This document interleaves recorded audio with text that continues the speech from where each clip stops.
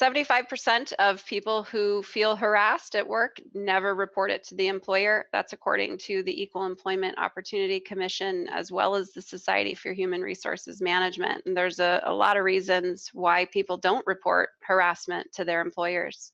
People are afraid of retaliation. It for sure takes a ton of courage to speak up when you're feeling harassed. I think something we miss when we talk about harassment is that there is a power imbalance there. So, I'm an expert in workplace bullying, and we talk a lot about the power imbalance it creates. And I never hear that conversation in the harassment space.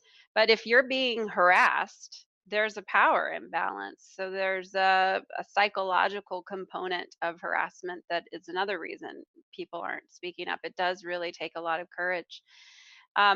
Also, I actually am really good friends with one of the Equal Employment Opportunity Commission's task force members who did this sort of State of the Union harassment um, report a few years ago. And he said when they were taking in public testimony, one person made this really great comment that the definition of harassment is that a reasonable person would find it, inappropriate and abusive and all this stuff, but it takes an unreasonable person to have the courage to file a complaint, because really only a crazy person will file a complaint, because it could mean the end of their career, may mean that they'll never get another job. I mean, there's all bad stuff that comes with filing a complaint.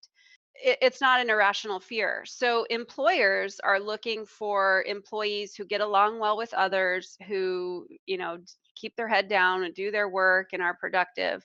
So if someone files a harassment complaint, they are making waves. That's not something employers are looking for. So now you're labeled as a wave maker.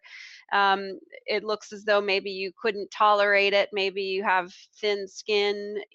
There's this real cultural thing happening in our society where if you're a target of harassment or discrimination, it's like you're the problem. And so employers aren't looking for people who go around pointing out illegal behaviors.